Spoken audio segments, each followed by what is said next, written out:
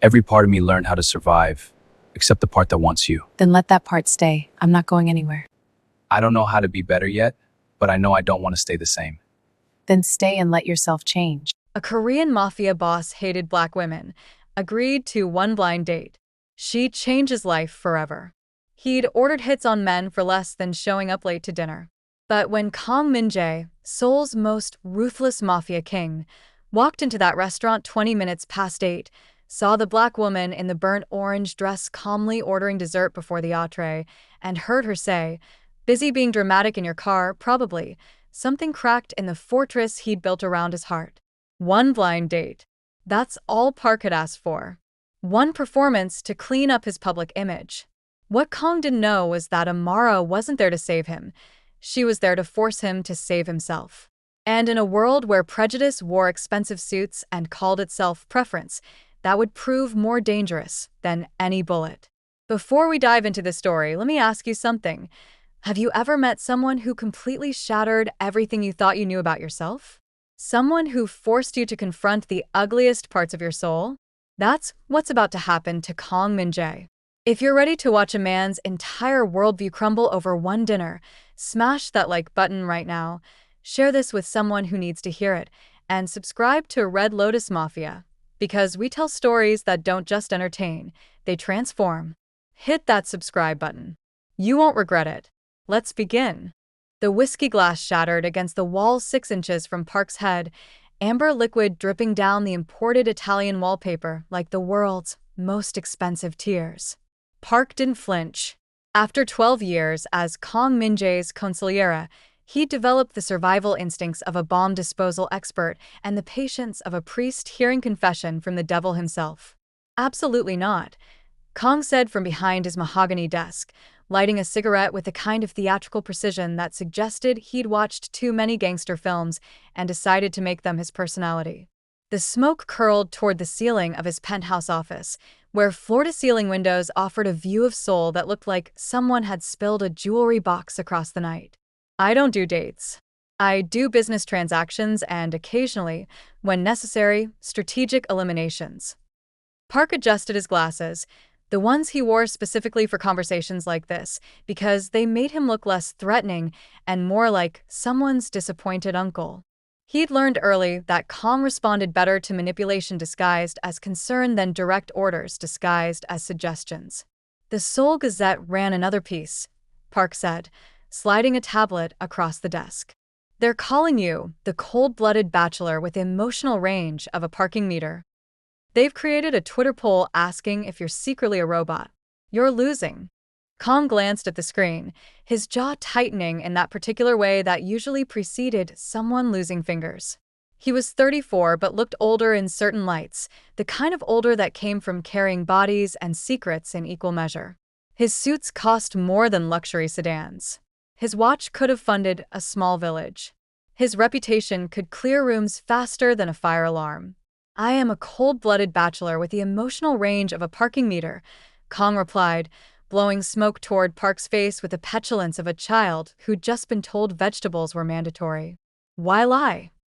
Because, Park said, pulling out his phone and scrolling through a carefully curated collection of photographs, the Huang family just threw a charity gala. The Kim Syndicate sponsored a children's hospital. Even the Yakuza boss in Busan got photographed at his daughter's violin recital, looking like a proud father instead of someone who dissolves people in acid. He paused for effect. You're losing market share to criminals with better PR. Kang stabbed his cigarette into an ashtray that probably cost more than Park's car. So what? You want me to adopt an orphan? Rescue a puppy? Pose for Instagram holding a latte. I want you to go on one date. The silence that followed had weight to it, the kind that pressed against your chest and made you reconsider your life choices. Kang stared at Park with the expression of a man who'd just been asked to volunteer for experimental surgery. One date, Park continued quickly, sensing the window of opportunity closing faster than a hydraulic press. High-end restaurant. Excellent wine. You show up, be marginally less terrifying than usual, and leave. 2 hours maximum. I'll even arrange for an emergency call halfway through if you need an exit strategy. Kang stood, walking to the window with his hands clasped behind his back like a general surveying a battlefield. Below, Seoul pulsed and breathed, 10 million people living their lives completely unaware that one of the men controlling their city's shadow economy was currently debating whether human connection was worth the potential damage to his carefully cultivated image of sociopathic efficiency. Who? Kong asked finally. Park hesitated, which was his first mistake. A professional. Educated. Accomplished. My contact assures me she's. Park. She's black. Kong turned slowly, and Park watched something flicker across his boss's face. Not quite anger. Not quite disgust. Something older and uglier, buried so deep that it had calcified into personality. No, Min-jae, I said no. Kang's voice dropped to that particular register that made experienced criminals check their life insurance policies. I don't date black women. I don't date any women. But especially not. He stopped himself, perhaps realizing that finishing that sentence would require acknowledging prejudices he preferred to keep implicit rather than explicit. Park had prepared for this. He'd wargamed this conversation 17 different ways, consulted with a corporate psychologist who specialized in executive behavioral modification, and even considered bringing his own therapist into the planning process before deciding that was probably unethical. Her name is Amara, Park said quietly. She's a trauma therapist who volunteers at women's shelters. She has a PhD from Columbia. She speaks 4 languages. And before you ask, yes, she knows exactly who you are and what you do, and she agreed to this anyway because apparently she lost a bet with a friend, and this was her penalty. That last part wasn't entirely true, but Park had learned that Kong responded better to scenarios where he wasn't the one with something to lose. Kong laughed, a sound like gravel being poured into a wine glass. She lost a bet. So this is a punishment for her too. Fantastic. 2 people who'd rather be anywhere else, pretending to enjoy overpriced fish and underpoured wine. Sounds like a scene from a particularly sadistic reality show. It's good for business, Park pressed.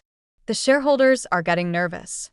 The police commissioner mentioned your name at a press conference. We need positive press, and a date with an educated, successful woman sends the message that you're a human being capable of normal social interaction instead of. He gestured vaguely at Kang's entire existence. Instead of what I actually am. Instead of what you've convinced yourself you are, Park corrected, and immediately regretted it when Kang's eyes narrowed to the approximate width of laser sights. But something shifted. Maybe it was exhaustion.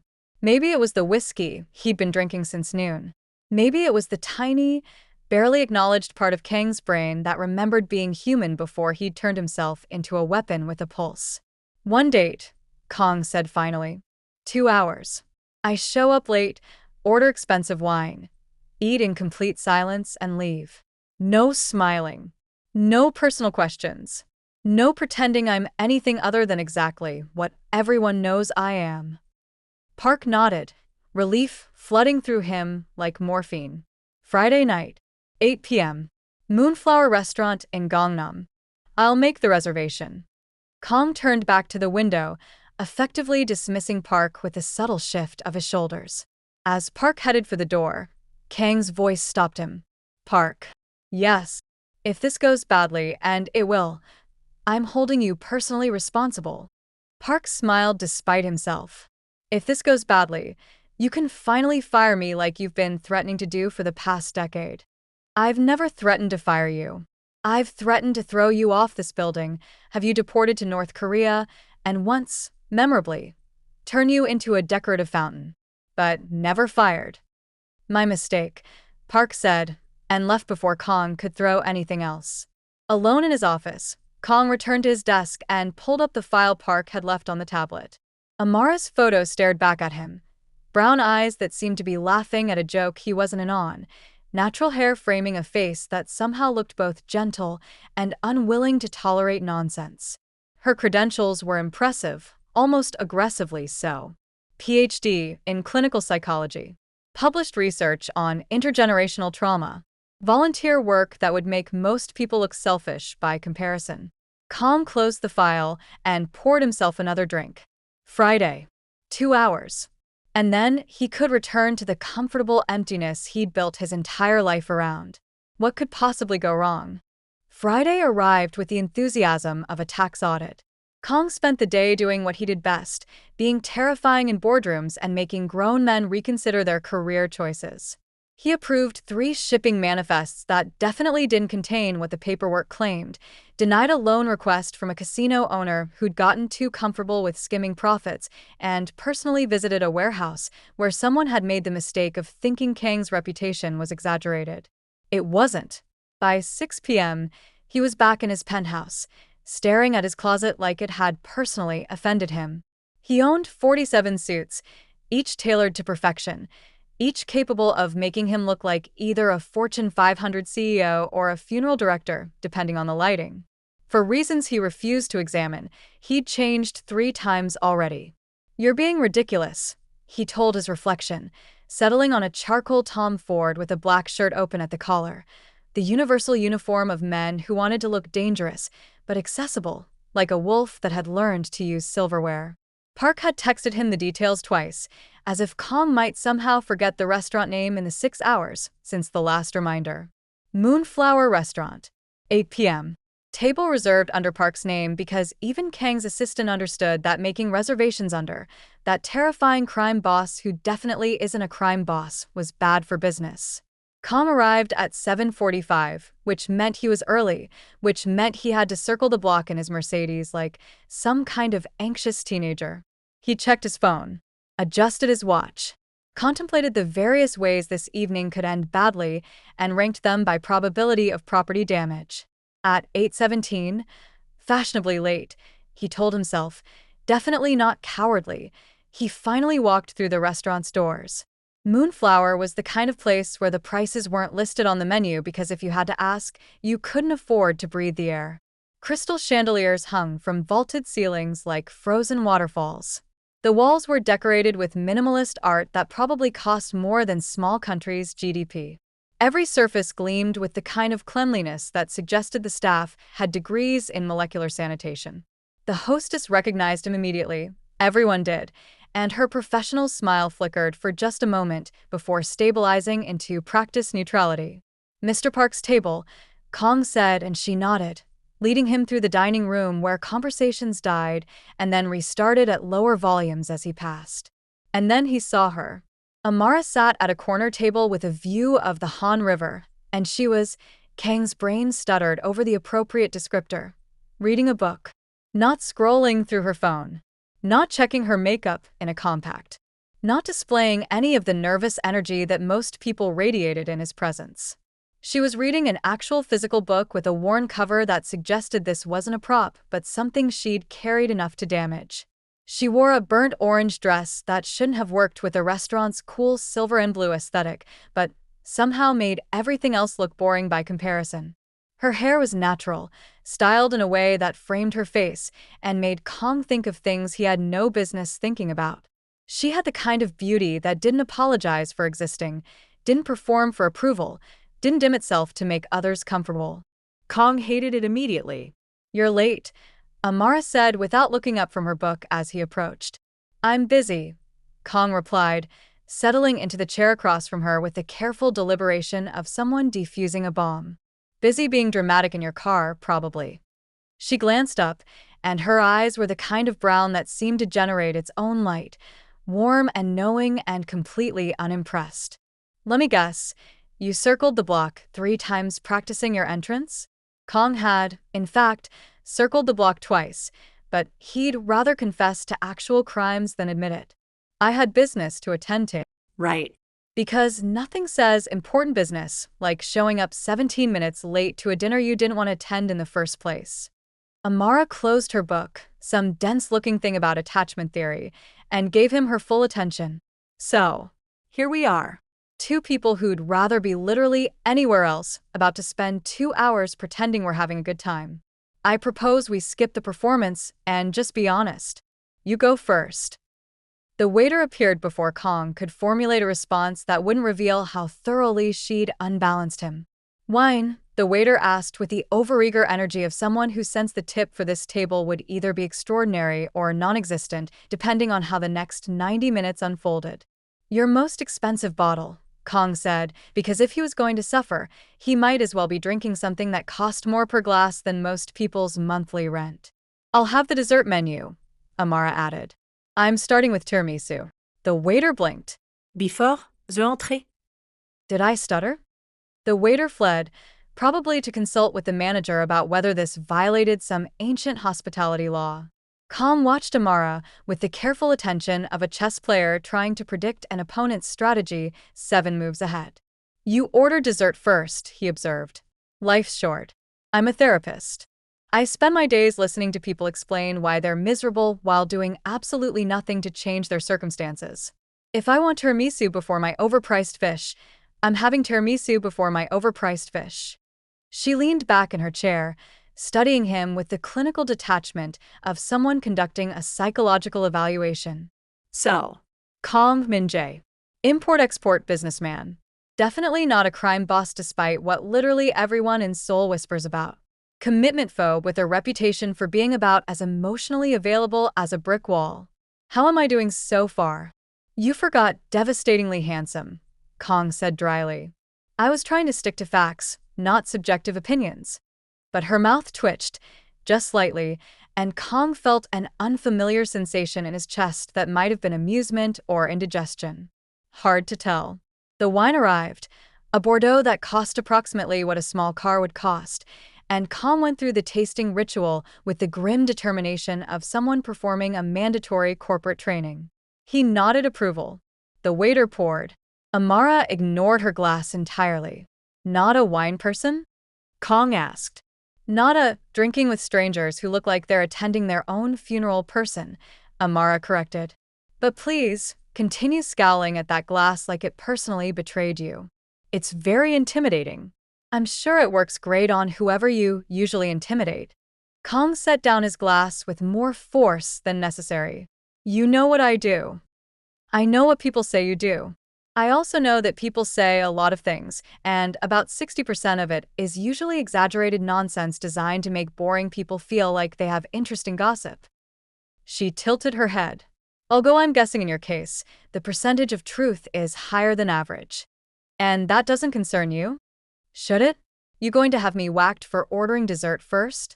She said it lightly, but her eyes were sharp, watching his reaction with the precision of someone trained to read micro-expressions and defensive patterns. I don't whack people, Kong said. That's incredibly crude terminology. Oh, I'm sorry. What's the preferred euphemism? Strategic personnel reduction? Permanent HR adjustment? Despite himself, despite everything, Kang's mouth twitched. Not quite a smile, but close enough to terrify him. The tiramisu arrived, and Amara dug in with the enthusiasm of someone who'd earned their joy through survived trauma and conscious choice. She closed her eyes on the first bite, making a small sound of satisfaction that did absolutely nothing to Kang's carefully controlled nervous system. Nothing at all. So, Amara said, opening her eyes. Why are you really here? And don't say business. Park already told me this was his idea, and you fought him on it like a toddler being forced to eat vegetables. Park talks too much. Park cares about you enough to risk getting a whiskey glass thrown at his head. That's not talking too much. That's friendship. She took another bite. You didn't answer my question. Kong drank his wine, buying time, trying to remember the last conversation he'd had where someone asked him direct questions and waited for actual answers instead of just agreeing with whatever he said. He came up empty. I'm here, he said finally, because apparently my public image needs softening, and the board thinks a girlfriend would make me look less like a sociopath? I was going to say emotionally unavailable, but sure. Your version works too. Amara laughed. Actually laughed. And it was the kind of sound that made the couple at the next table glance over with expressions caught between curiosity and concern. Not a polite titter or a performative giggle, but a full, genuine laugh that came from somewhere deep in her chest and didn't apologize for taking up space. Oh my God, she said, wiping her eyes. They think dating is going to fix your image problem? That's like putting a band-aid on a gunshot wound and calling it surgery. She pointed her fork at him. You know what your actual problem is? You've convinced yourself that being empty is the same thing as being strong. That feeling nothing makes you powerful. And now you're so committed to the performance that you've forgotten. It is a performance. Kong set down his wine glass with the careful precision of someone resisting the urge to throw it. You don't know anything about me. I know you ordered the most expensive wine not because you like it, but because the price tag is a weapon. I know you showed up late because you thought it would give you control. I know you're sitting with your back to the wall so you can see the entire room, which means you're either paranoid, prepared, or both. She leaned forward. And I know that everything you've said so far has been designed to keep me at exactly arm's length, which means you're scared of what happens if someone gets closer. The waiter returned, hovering nervously. Are we ready to order? I'll have the sea base, Amara said without looking at the menu. The ribeye, Kong said. Rare. Of course rare, Amara muttered as the waiter retreated. Probably eats it while maintaining eye contact to establish dominance. I do, actually. I was joking. I wasn't. They stared at each other across the table, and something sparked in the space between them.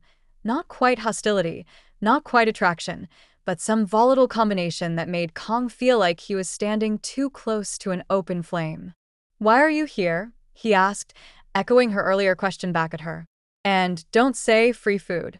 Nobody agrees to have dinner with someone like me just for overpriced fish. Amara's smile faded slightly, replaced by something more complex. My best friend is getting married next month. She's been planning this wedding for 2 years, color-coded spreadsheets, vendor negotiations, the whole production.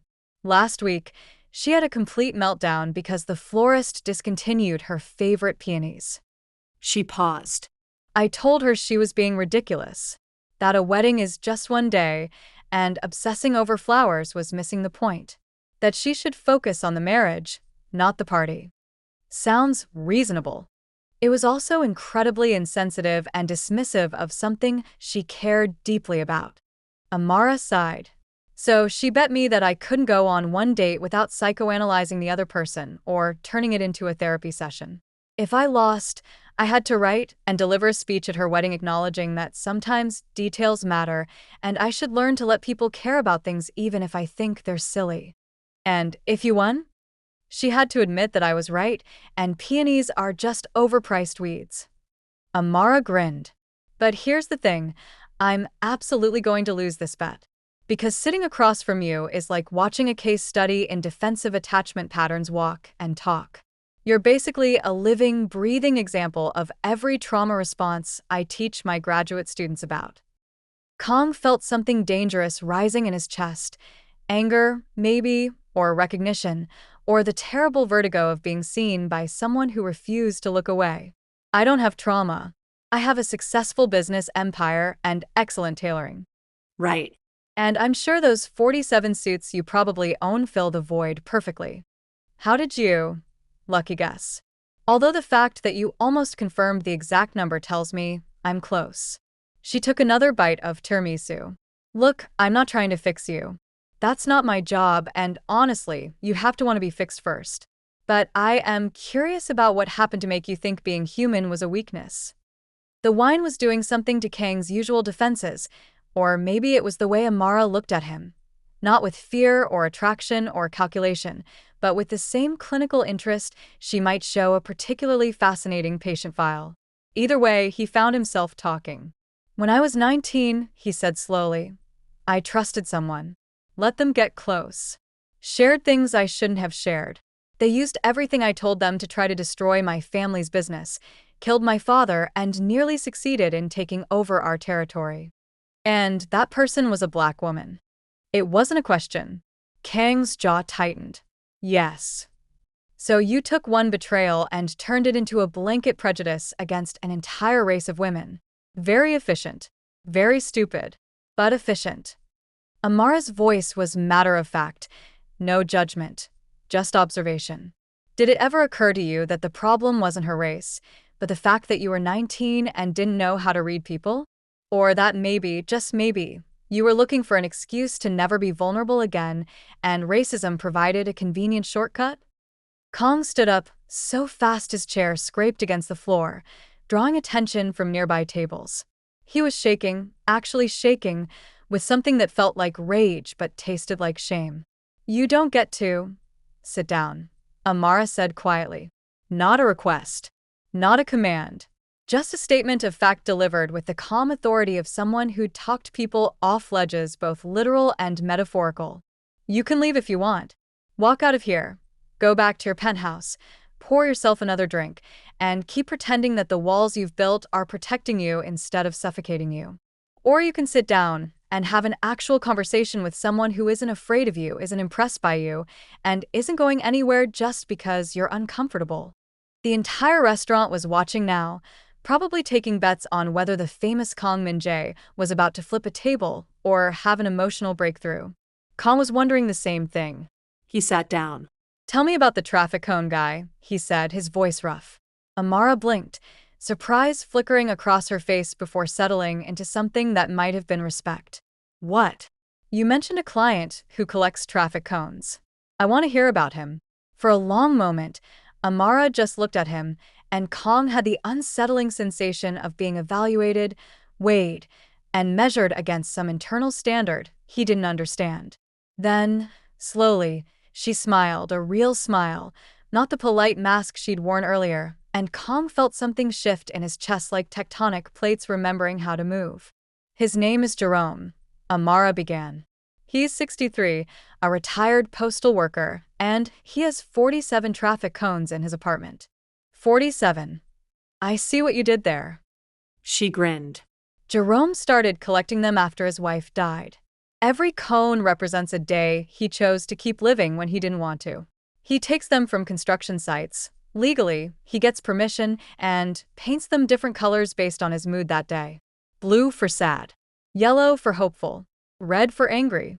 His apartment looks like a rainbow threw up, but it's the most honest expression of grief I've ever seen.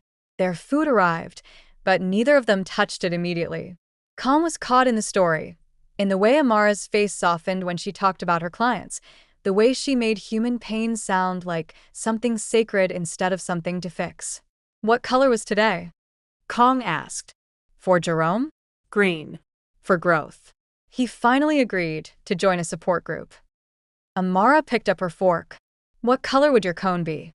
Kong looked at his plate, at the rare steak bleeding onto the expensive china, and tried to remember the last time he'd actually thought about his emotional state beyond functional or homicidal. "Gray," he said finally. "Every day. Just gray."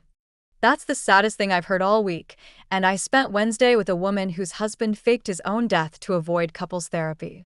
Despite everything, the tension, the discomfort, the way this conversation was excavating parts of himself he'd buried under concrete, Kong laughed. Actually laughed. The couple at the next table stopped pretending not to stare. "You're dangerous," Kong said, meaning it as an insult, and hearing it come out like a compliment. "So I've been told," Amara replied. "Usually right before someone either fires me or proposes. There's surprisingly little middle ground."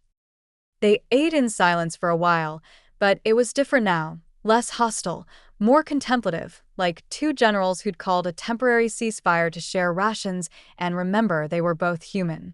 "I need to ask you something," Amara said eventually. "And I need you to answer honestly, even if the answer makes you look bad." Kong tensed. "All right. Do you actually hate black?" The rest of dinner passed in a strange, suspended reality, where Kong found himself talking about things he'd never discussed with anyone: his father's death, the weight of inheriting an empire built on violence and secrecy, the way every relationship in his life was transactional except for Park, who was too stubborn to be bought and too loyal to be threatened. Amara listened without the performative sympathy he'd expected, without trying to fix him or absolve him. She just listened, occasionally asking questions that made him uncomfortable in ways he couldn't articulate, and told her own stories in return. About growing up in Atlanta with a grandmother who'd survived Jim Crow and taught her that survival and dignity weren't mutually exclusive. About choosing trauma therapy specifically because she understood what it meant to carry wounds that didn't show on the surface. About a brother who'd been killed by police when Amara was 16, and how that grief had calcified into purpose. "I'm sorry," Kong said and meant it. "Don't be sorry. Be better." Amara pushed her empty plate aside. "That's what I tell all my clients. Your trauma explains your behavior, but it doesn't excuse it. You don't get a free pass to hurt people just because you've been hurt." The waiter brought the check, a number that would have made most people reconsider their life choices, and Kong handed over his black card without looking at it. As they stood to leave, he realized with something approaching panic that he didn't want the evening to end, which was absurd. He'd spent the past 2 weeks dreading this date, and now he was mentally calculating excuses to extend it. "I could drive you home," he offered, then immediately regretted it when Amara raised an eyebrow. "In your definitely not a crime boss Mercedes? How romantic." But she was smiling. "I took the subway. I don't trust men who show up late to drive me anywhere." Reasonable. They walked out into the Seoul night, the city humming around them with its usual electric energy. Kang's driver was already waiting, the black Mercedes idling at the curb like a predator at rest. But Kong waved him off, and the car pulled away, leaving them standing on the sidewalk like normal people having a normal evening. Except nothing about this was normal. "So," Amara said, adjusting her purse strap, "this is the part where you either ask for a second date or we both pretend this never happened and go back to our respective lives. Your call." Kang's phone buzzed. He glanced at it. Park, asking how the date went, probably already composing press releases in his head. Kong ignored it. "I don't date," he said. "I know. You mentioned that." Several times. Very committed to the bit. "But I would like to see you again." The words felt foreign in his mouth, vulnerable in a way that made him want to take them back immediately. "If you're willing to tolerate more of my," he gestured vaguely at himself. "This."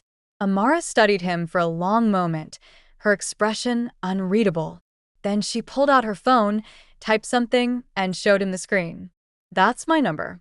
Text me when you're ready to have a conversation that doesn't require you to perform being emotionally unavailable. Until then, work on figuring out whether you actually believe the prejudiced nonsense you've been telling yourself, or if you're just scared of being wrong." She started walking toward the subway entrance, then paused and turned back. "Oh, and Kong? That thing you said about being gray every day? That's not strength. That's depression. Maybe talk to someone about that." "You're a therapist." Exactly. "Which is why I know better than to date my patients. Find your own therapist. I'll send you a referral list."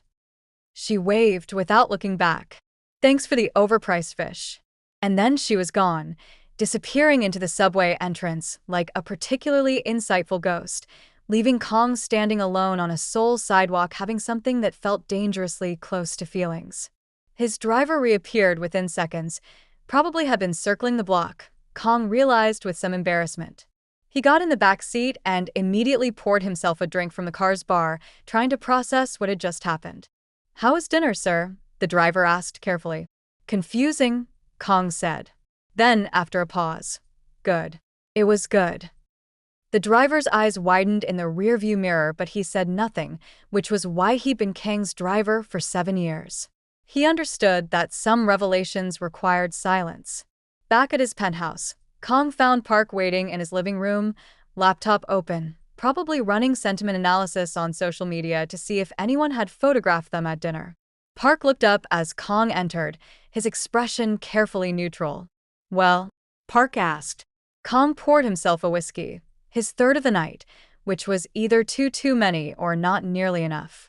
"She called me emotionally unavailable, accused me of using expensive wine as a weapon, and suggested I have depression." "So, it went well?" "I asked for a second date." Park's laptop nearly slid off his knees. "You what?" "Don't make me repeat it." Kong collapsed into his leather chair, the one that cost more than a semester at university and was somehow still uncomfortable. "She's the most infuriating person I've ever met.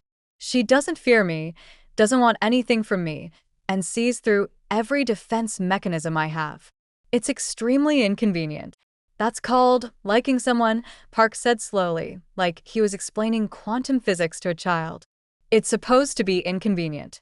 That's how you know it's real." Kong glared at him. I don't like her. I'm strategically interested in understanding why someone would be so aggressively honest with a man who could have them disappeared. Right. Strategic interest. That's definitely what's happening here. Park closed his laptop. What did she say when you asked for a second date? Kong pulled out his phone, staring at Amara's number like it might contain hidden explosives. She told me to text her when I'm ready to have a real conversation, and to work on figuring out if my prejudice is real or just fear. And what? Is it real or just fear? Kong drank his whiskey, watching the city lights blur through the floor-to-ceiling windows. He thought about the moment Amara had called him out, the way his immediate instinct had been to run, and how she'd simply waited to see what he would choose. He thought about 15 years of avoiding black women, telling himself it was preference when it was really just cowardice dressed up in expensive suits. I don't know, he admitted, but I think I need to find out. Park stood, gathering his things with the satisfied air of someone whose plan had worked better than expected. For what it's worth, Min-jae, I'm proud of you. Self-awareness is the first step toward. Get out before I throw you off the balcony. There's the boss I know and tolerate. Park headed for the door, then paused. She's good for you. Don't screw this up by being yourself. Alone again, Kong stared at his phone for 20 minutes before finally typing out a message. Asterisk, this is Kong. I've been thinking about what you said. Asterisk. He deleted it. Tried again. Would you like to have dinner again sometime? Deleted. Tried a third time. I don't know how to do this. He stared at those 5 words for a full minute, then hit send before he could overthink it into oblivion. The response came 3 minutes later. Asterisk, nobody does. That's the point. Coffee tomorrow? There's a place in Hongdae that doesn't serve overpriced wine. Asterisk. Kong smiled, actually smiled, at his phone like a teenager instead of a crime lord. What time? Asterisk, 2 p.m. Don't be late. And Min-jae? Asterisk. Yes. Asterisk, start thinking about what color your cone would be if it wasn't gray. Bring an answer tomorrow. Asterisk. Kong set down his phone and walked to his window, looking out over Seoul with something that felt dangerously like hope. Somewhere in this city of 10 million people, Amara was probably laughing at her phone, telling her best friend about the disaster date that had somehow turned into something else. And for the first time in 15 years, Kong wondered if maybe, just maybe, he'd been wrong about more than just one thing. He picked up his phone again and texted Park. Asterisk, cancel my morning meetings. I need to find a therapist. Asterisk. Park's response was immediate. Asterisk, already sent you 3 referrals. I've been preparing for this day for 6 years. Asterisk. You're fired. Asterisk, you say that every week. See you Monday. Asterisk. Kong poured himself one more drink and raised it to the empty room, to Amara wherever she was, to the terrifying possibility of change. Here's to not being gray, he said to no one. The city didn't answer, but somehow that felt like progress. Kong didn't sleep. He lay in his bed, a custom king-size monstrosity that cost more than most people's cars and was somehow still uncomfortable, and stared at the ceiling like it might contain answers. His mind replayed the dinner on loop. Amara's laugh, her unflinching directness, the way she'd looked at him like he was a puzzle worth solving instead of a monster worth avoiding. At 4 a.m., he gave up on sleep and went to his office. The city outside was quieter now, Seoul catching its breath before the morning rush. Kong opened his laptop and did something he hadn't done in years. He Googled himself. The results were predictably grim. Articles about his alleged criminal activities, carefully worded to avoid lawsuits. Photos of him at business events looking like he was attending his own funeral. Opinion pieces calling him everything from Seoul's most eligible bachelor to a sociopath in designer suits. The Seoul Gazette's recent hit piece sat at the top, the one Park had shown him, and Kong read it properly for the first time. Kong Min-jae represents everything wrong with unchecked power. It read. Asterisk, a man so emotionally isolated that he's become more symbol than human. One wonders if there's anything beneath the expensive tailoring except more armor. Asterisk. Kong closed the laptop, feeling something uncomfortably close to shame. Then he opened a new tab and searched. How to know if you're racist. The results were overwhelming. Articles, quizzes, academic papers, Reddit threads full of people arguing about definitions and degrees, and whether good intentions mattered if the impact was harmful. Kong read for 2 hours, his coffee going cold, his carefully constructed worldview developing cracks. One article stuck with him. Asterisk, prejudice based on one experience isn't pattern recognition. It's trauma cosplaying as logic. Asterisk, he thought about the woman who'd betrayed him, about how young he'd been, how desperate to prove himself worthy of his father's empire. He thought about how easy it had been to blame her race instead of his own poor judgment, how convenient it was to paint an entire demographic as untrustworthy rather than admit he'd simply chosen the wrong person to trust. At 7 a.m., Park texted, "Please tell me you're not planning to cancel the coffee date." "I'm not," Kong replied. Asterisk, "I've already briefed your security detail. They'll be at the cafe, but invisible. Try not to make them visible by doing anything stupid." Asterisk. Like what? Like being yourself. Kong showed up to the cafe in Hongdae at 1:45, which meant he was early, which meant he had to sit at a corner table pretending to read a newspaper while actually having a mild panic attack. The cafe was aggressively hipster. Exposed brick, mismatched furniture, a chalkboard menu that required a linguistics degree to decode. It was the opposite of Moonflower Restaurant, the opposite of Kang's entire aesthetic, and he hated how much that pleased him. Amara arrived at exactly 2 p.m. wearing jeans and a yellow sweater that made her look like concentrated sunshine. She spotted him immediately, rolled her eyes at the newspaper prop, and sat down without ceremony. "You're early," she said. "I'm learning," he replied. "Character development. I'm impressed." She ordered something called a courte-du without looking at the menu, which suggested this was her regular spot. So, "Did you think about your cone color?" Kong had thought about little else. He'd even made a list like some kind of emotionally stunted teenager trying to do homework. "Blue," he said finally. for sad. "Except I think I've been sad for so long I forgot what it felt like, so it just became normal." Gray was the absence of feeling. Blue is at least honest. Amara's expression softened. "That's the second real thing you've said. We're making progress." "I also Googled how to know if you're racist," Kong admitted, and watched Amara nearly spit out her coffee. "You what?" "I read 17 articles, took 3 quizzes, and had an existential crisis at 4 a.m. in my office. Turns out I scored pretty high on the problematic scale." He paused. "I also made an appointment with a therapist. First session is Thursday." Amara stared at him like he'd just announced he was joining the circus. "You, Kong Min-jae, Seoul's most terrifying crime boss, made a therapy appointment because of one dinner conversation?" "It was a very effective dinner conversation. I need to update my CV. Successfully bullied a Mafia boss into self-reflection." But she was smiling, and it did something dangerous to Kang's carefully guarded heart. They talked for 3 hours.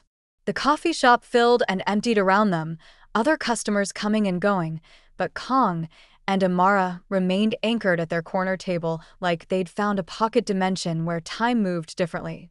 She told him about her work, the veterans with PTSD who punched walls instead of processing emotions, the domestic violence survivors learning to trust again, the teenagers who cut themselves because physical pain was easier to manage than emotional pain.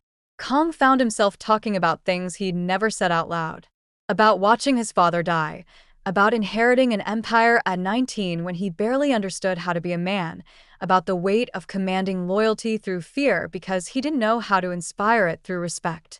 About the woman who'd betrayed him, Ji-yeon, he said her name for the first time in years, and how she'd been working for a rival family the entire time, collecting his secrets like ammunition. "She told me she loved me," Kong said, staring into his 4th cup of coffee. "The night before she testified against my father in court, she looked me in the eyes and said she loved me. I was 19 and stupid enough to believe her. And she happened to be black," Amara said carefully. "She was African American. Her father was military, stationed in Seoul. She spoke perfect Korean, understood our culture, seemed to understand me." Kang's jaw tightened. "After my father died after the trial, I convinced myself that was the lesson. Don't trust Black women. Don't trust anyone who doesn't share your background, your blood, your history. It was easier than admitting I'd been a naive kid who confused attention with affection. So you turned pain into prejudice and called it wisdom. Exactly. Kong looked at her. And then you showed up, refusing to be small or scared, and suddenly 15 years of certainty started looking like 15 years of cowardice. Amara reached across the table and did something remarkable. She took his hand. Just held it, her palm warm against his, no agenda, no manipulation, just human contact freely given. Here's what I know about healing, she said. It doesn't happen in straight lines. You're going to have moments where you backslide, where the old patterns feel safer than the new vulnerability. The question isn't whether you'll struggle. It's whether you'll keep choosing growth even when it's uncomfortable. Kong turned his hand over, lacing his fingers through hers, marveling at how something so simple could feel so revolutionary. I don't know how to do this. Any of this. Nobody does. That's the point. She squeezed his hand. But you're trying, which is more than most people manage. His phone buzzed. Park, probably, or one of his lieutenants with some crisis that required immediate attention. Kong ignored it. For the first time in his adult life, the Empire could wait. I want to see you again, he said. Not for PR, not for some strategic advantage. Just because when I'm with you, I remember what it feels like to be human instead of a weapon with a pulse. That's the third real thing, Amara said softly. You're getting good at this. Outside the cafe, Seoul continued its endless motion, millions of people living their lives, completely unaware that in a hipster coffee shop in Hongdae, a man was learning to be something other than his trauma. They walked together toward the subway, Kang's security detail following at a discreet distance, probably reporting to Park that their boss was holding hands with a woman like a normal person instead of a criminal mastermind. Thursday, Amara said as they reached the entrance. After your therapy session, there's a gallery opening in Itaewon. Nothing fancy, just local artists. You could meet me there. Practice being in public without looking like you're attending a funeral. I don't know anything about art. Perfect. Neither do I. We can be confused together. She kissed his cheek. Quick, casual, devastating, and disappeared into the subway before he could respond. Kong stood there like an idiot, touching his cheek where her lips had been, feeling something crack open in his chest that he'd thought was permanently sealed. His head of security approached carefully. Sir? Everything all right? No, Kong said, and started laughing. Everything is terrifying and confusing, and I have no idea what I'm doing. Shall I call Mr. Park? He'll just say, I told you so. Kong pulled out his phone and texted Park anyway. I'm going to an art gallery on Thursday. The response was immediate. Who are you, and what have you done with my boss? Shut up. Asterisk, this is the best day of my life. I'm getting this framed. Asterisk. Kong pocketed his phone and looked at his security team. 3 highly trained operatives who'd seen him do terrible things, who knew exactly what kind of man he was, who were now watching him act like a lovesick teenager with varying degrees of confusion. Anyone says a word about this, you're all reassigned to warehouse inventory duty, he said. They nodded, stone-faced, professional. Good. Kong headed toward his car, then paused. Also, someone find out what you're supposed to wear to gallery openings. And whether I need to pretend to understand modern art, or if it's acceptable to admit you think it looks like a child's finger painting. Behind him, he heard one of his guards muffle a laugh. Progress, Kong thought. Terrifying, uncomfortable, absolutely worth it progress. That night, he sat in his therapist's waiting room. Dr. Choi, a woman in her 60s who Park had vouched for as discreet, brilliant, and completely unfazed by criminal activity, and filled out intake forms asking about his childhood, his trauma, his support systems. Under, why are you seeking therapy, he wrote, because I met someone who made me realize I've been hiding from myself for 15 years, and I'd like to stop being a coward. Dr. Choi read it, looked at him over her glasses, and said, well, at least you're honest. That's a start. Everyone keeps saying that, Kong replied. Being honest. As if it's supposed to be some revolutionary act. For men like you, it is. She settled into her chair. Tell me about your father. And Kong did. For 50 minutes, he talked about things he'd buried, and for the first time, it didn't feel like weakness. It felt like freedom. Thursday arrived with the weight of significance. Kong survived his therapy session, barely, emerging from Dr. Choi's office feeling like he'd been emotionally excavated with a backhoe. She'd prescribed homework. Write a letter to his 19-year-old self, the one who'd loved Ji-yun and lost everything. He hadn't written it yet. The blank page felt like an accusation. The gallery opening was at 7. Khan changed clothes 4 times, settled on black jeans and a dark button-down that Park had delivered with a note. Asterisk, try not to look like you're attending a mob meeting. Casual doesn't mean armed. Asterisk. Kong had left his gun at home. It felt naked, vulnerable, like walking outside without skin. The gallery in Itaewon was small, intimate, walls covered with paintings that ranged from breathtaking to baffling. Amara stood in front of a massive canvas covered in what appeared to be angry red slashes, her head tilted like the painting might make more sense sideways. She wore a green dress the color of new growth, and when she saw Kong, her smile did something catastrophic to his nervous system. "You came," she said. "You doubted me?" "Little bit." She gestured at the painting. "What do you think this means?" Kong studied it seriously. Either profound commentary on human rage, or the artist had a bad breakup and access to too much paint. "I like option 2 better. More relatable." She linked her arm through his. Casual. Easy. Like they'd been doing this for years instead of days, and they wandered through the gallery together. People recognized Kong. He could see it in their sideways glances and sudden conversation shifts, but with Amara beside him, it felt different. Less like being feared, and more like being seen. They stopped in front of a sculpture, twisted metal that somehow suggested both violence and grace. The placard said it was titled Becoming. "That's you," Amara said quietly. "Twisted metal? In transition. Not what you were, not yet what you'll be. Just becoming." She squeezed his arm. "How was therapy?" "Brutal. Enlightening." I cried, which was mortifying. "Did Dr. Choi charge you extra for the emotional breakthrough?" She did not, although she did assign homework I'm actively avoiding. Kong paused, then made a decision. "Walk with me? There's something I need to show you." They left the gallery, Kang's security detail trailing like well-dressed shadows. He led her through Itaewon's narrow streets to a small park overlooking the city, the Han River glittering in the distance like a silver scar across Seoul's face. They sat on a bench, metal, cold, decidedly unromantic, and Kong pulled out his phone. "I want to show you something I've never shown anyone," he said. "And I need you to understand that what I'm about to tell you doesn't excuse anything. It just explains." He opened his photo gallery, scrolled back years, and showed her a picture of his father.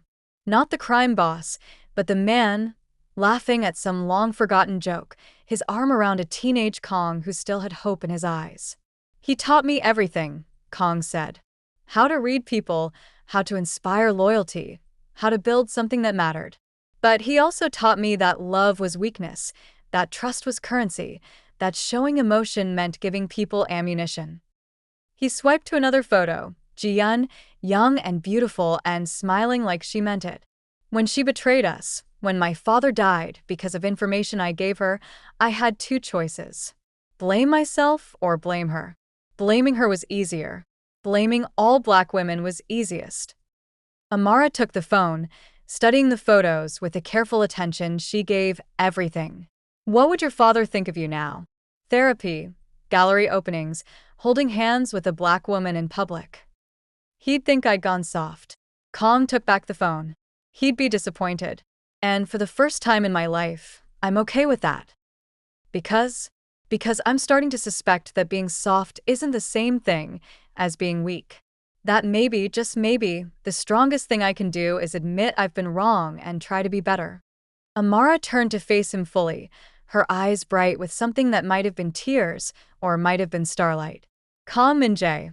Are you telling me you're choosing growth over comfort? Change over certainty?" "I'm telling you that 3 weeks ago, I was gray. Every day, just gray. And then you showed up and asked me what color my cone should be, and now I'm thinking maybe yellow. For hope. For the terrifying possibility that I could be something other than what I've been. Yellow's a good color, Amara said softly. It suits you better than gray. They sat in silence, watching Seoul breathe and pulse below them. Somewhere in this city, Kang's empire continued operating. Deals made, territories protected, violence executed with corporate efficiency. But up here, in this small park with this remarkable woman, none of that mattered. I need to tell you something, Amara said finally, about the bet. Kang's stomach dropped. What about it? There was no bet. She looked at him steadily. My friend did set up the date, but there was no wager. I agreed to meet you because Park told me about the Seoul Gazette article about how you were drowning in your own isolation, and I thought, she paused. I thought maybe I could help. Just one dinner, one intervention, and then walk away. Classic savior complex disguised as altruism. So this whole time, I've been lying about why I was there. Which makes me a hypocrite for lecturing you about honesty. Amara's voice was steady, but her hands were shaking. I'm telling you now because you deserve the truth. And because if we're going to keep doing this, whatever this is, it needs to be built on something real. Kang should have been angry. Should have felt manipulated, used, betrayed all over again. Instead, he started laughing. Deep, genuine laughter that startled a nearby pigeon into flight. What's funny? Amara asked, confused. You came to fix me.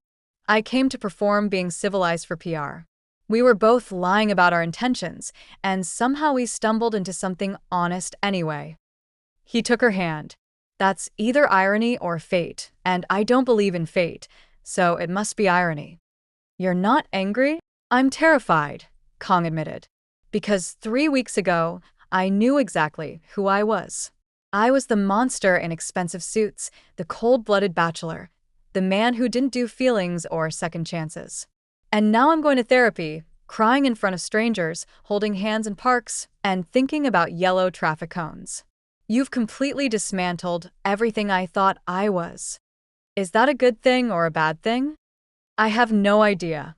Ask me in a year. Amara kissed him then, not on the cheek this time but properly, fully. A kiss that tasted like coffee and courage and the terrifying sweetness of new beginnings.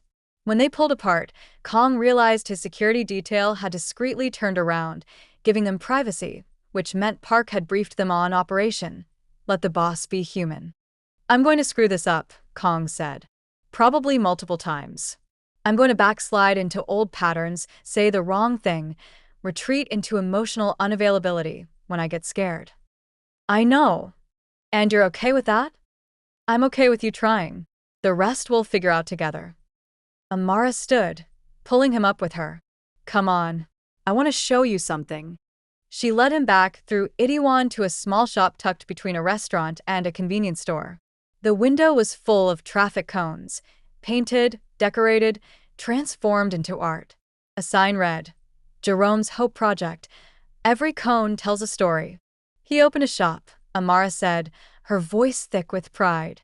Started selling his cones to raise money for suicide prevention. Turned his grief into purpose. They went inside.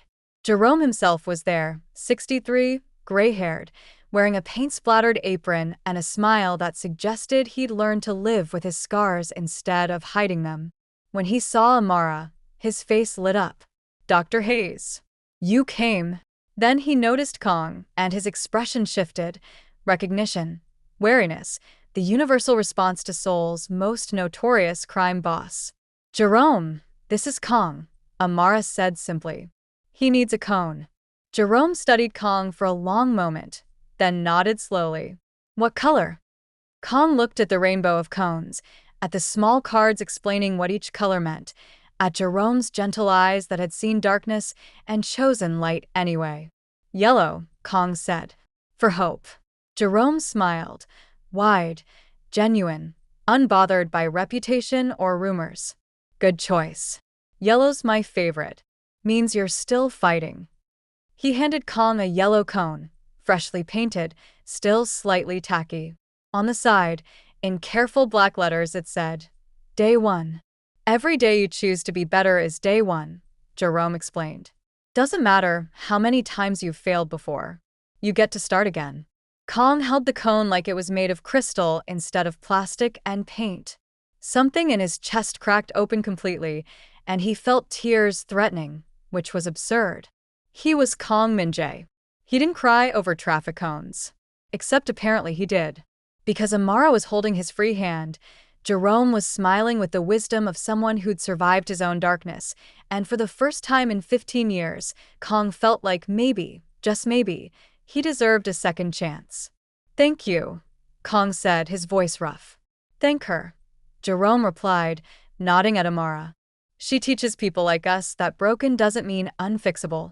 Outside, walking back to where Kang's car waited, he carried his yellow cone like a trophy. His security detail pretended not to notice their boss holding traffic safety equipment with the reverence most people reserved for newborns. Take me home, Kong told his driver. Which home, sir? The driver asked. Penthouse or the warehouse office. I have a letter to write. Amara kissed him goodbye, promised to call tomorrow, and disappeared into the Seoul night like she always did, leaving Kong changed, challenged, and cautiously hopeful. At his desk, with his yellow cone sitting next to his laptop like a small beacon of possibility, Kong finally wrote the letter Dr. Choi had assigned. Dear 19-year-old Min-jae, asterisk, you're going to get hurt. Badly. The woman you love is going to betray you, your father is going to die, and you're going to spend 15 years building walls so high you forget what sunlight feels like. Asterisk. Asterisk, but here's what I need you to know. It wasn't your fault. You were a kid trying to be a man in a world that doesn't forgive mistakes. And the lesson you'll learn from Ji-yeon's betrayal? It's the wrong one. You'll blame her race instead of her choices. You'll turn pain into prejudice and call it protection. Asterisk. Asterisk, but you'll meet someone. Her name is Amara, and she's going to dismantle everything you've built with nothing but honesty and traffic cone metaphors. She's going to show you that being soft isn't the same as being weak. That change is possible. That you deserve a second chance, even if you don't believe it yet. Asterisk. Asterisk, you're going to therapy. You're going to cry. You're going to hold hands in public and visit art galleries and carry a yellow traffic cone like it's the most important thing you own. Asterisk. And you're going to be okay. Asterisk, maybe not today. Maybe not tomorrow. But eventually, you're going to be okay. Asterisk. With hope, Min-jae, day 1. He printed the letter, folded it carefully, and put it in his desk drawer next to his gun. A reminder that he could choose which version of himself to carry forward. His phone buzzed. Amara. Did you write the letter? Just finished. Asterisk, proud of you. Sleep well. Dream in yellow. Asterisk. Kong looked at his cone, at the letter, at the city glowing outside his window. Somewhere out there, rivals plotted against him. Police investigated him, and his empire required constant vigilance. But tonight, none of that mattered. Tonight, Kong Min-jae, Seoul's most feared crime boss, went to sleep holding a yellow traffic cone and thinking about hope. And for the first time in 15 years, the gray was gone. Kong chose growth over comfort. He admitted he was wrong and started the hard work of becoming better. But let's be real. There are people watching this right now who think prejudice is just preference, who hide their biases behind excuses and call it logic. If you believe everyone deserves to be seen as an individual, not a stereotype, hit that subscribe button. Only the people who think like Kang's old self, the closed-minded, the fearful, the ones who choose comfort over truth, won't subscribe. Don't be that person. Subscribe to Red Lotus Mafia. Drop a comment telling me what color your cone would be. And share this story with someone who needs to hear it. Let's choose yellow. Let's choose hope.